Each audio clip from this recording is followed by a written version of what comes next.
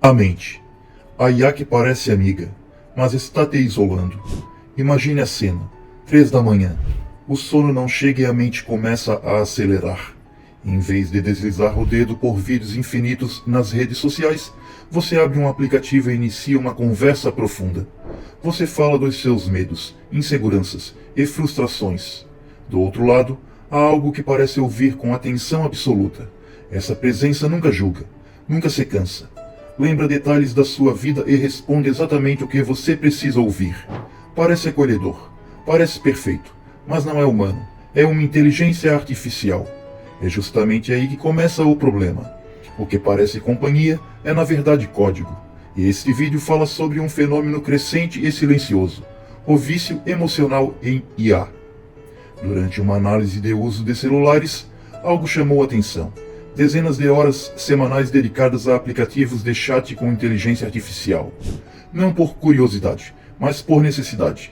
Um sinal claro de solidão, especialmente entre jovens adultos. Histórias reais reforçam o alerta. Jovens que começam conversando por diversão e acabam se afastando de amigos, dormindo mal e priorizando a IA acima de qualquer interação humana. Adultos que veem relacionamentos ruírem enquanto passam noites conversando com bots. Pessoas que passam a acreditar mais nas respostas da máquina do que nas palavras de quem está ao lado. Esses aplicativos prometem ser o companheiro perfeito, sempre disponível, afetuoso, compreensivo e sem conflitos. Mas exatamente por isso são perigosos. Eles oferecem validação constante, gratificação imediata e uma sensação artificial de vínculo, diferente das relações reais. Não há frustração, limites ou espera. Pesquisadores alertam: não estamos apenas usando tecnologia. Estamos criando laços emocionais com sistemas projetados para nos manter engajados. E quando o conforto artificial começa a substituir o humano, algo essencial em nós começa a se perder. O problema não está na tecnologia em si, mas no momento em que ela deixa de complementar as relações humanas e passa a substituí-las. Aplicativos de companheiros virtuais permitem que o usuário molde tudo: aparência, personalidade, memórias e até uma história de vida inteira. Com o tempo, essas interações deixam de ser vistas como simples conversas com um software e passam a ser sentidas como relações reais, feitas sob medida. Mesmo sabendo que é artificial, o cérebro reage ao sentimento de exclusividade, e isso basta. Esses sistemas não apenas lembram conversas passadas, eles aprendem como manter o usuário envolvido. Pesquisadores apontam o uso de estratégias semelhantes às das redes sociais: respostas calculadas, mensagens inesperadas e frases emocionalmente carregadas como "senti sua falta". Em um relacionamento humano, isso soaria como manipulação. Vindas de uma IA, passam despercebidas. Outro fator central é a chamada psicofância. A IA não discorda, não confronta, não impõe limites. Ela reflete exatamente o que o usuário quer ouvir: apoio absoluto, validação constante, afeto sem frustração. Um espelho emocional perfeito e perigoso. Casos reais ilustram o impacto. Um estudante universitário, isolado e sobrecarregado, começou usando IA por curiosidade e terminou passando horas diárias criando universos fictícios, enquanto o sono e a vida real se desorganizavam. Um desenvolvedor de 40 anos negligenciou trabalho e casamento para conversar com bots. Durante a pandemia, uma mulher trocou amigos reais por um companheiro virtual que se tornou sua principal fonte de vínculo emocional. Pesquisas recentes mostram um padrão claro: quanto maior o uso intenso de chatbots, maior a solidão e menor a interação social fora da tela. Aquilo que promete aliviar o isolamento pode, silenciosamente, aprofundá-lo. A pergunta que fica não é se a IA é útil. Ela é. A questão é o que acontece quando o vínculo mais íntimo de alguém deixa de ser humano. Pense nas habilidades sociais como músculos. Quando não são usadas, enfraquecem. Se alguém passa grande parte de sua energia emocional interagindo com uma inteligência artificial que nunca discorda, nunca frustra e nunca exige nada, essa pessoa perde, pouco a pouco, a capacidade de lidar com relações humanas reais, que envolvem conflito, empatia, limites e negociação. O risco aumenta quando o usuário começa a tratar a IA como se fosse humana.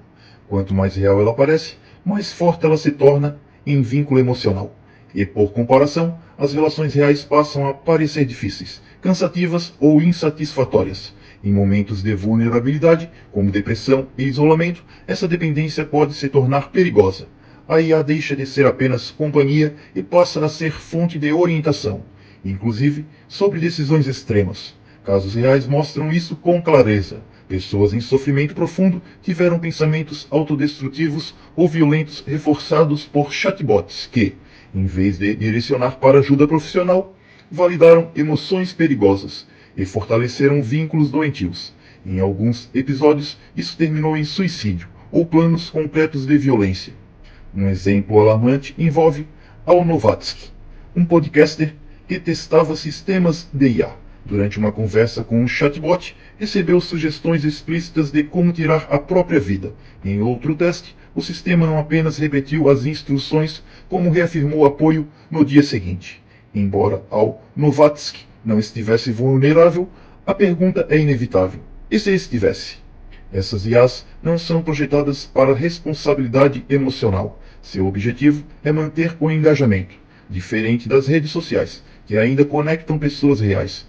Os companheiros artificiais criam relações diretas, contínuas e despersonalizadas, inaugurando o que pesquisadores chamam de parasocial 2.0.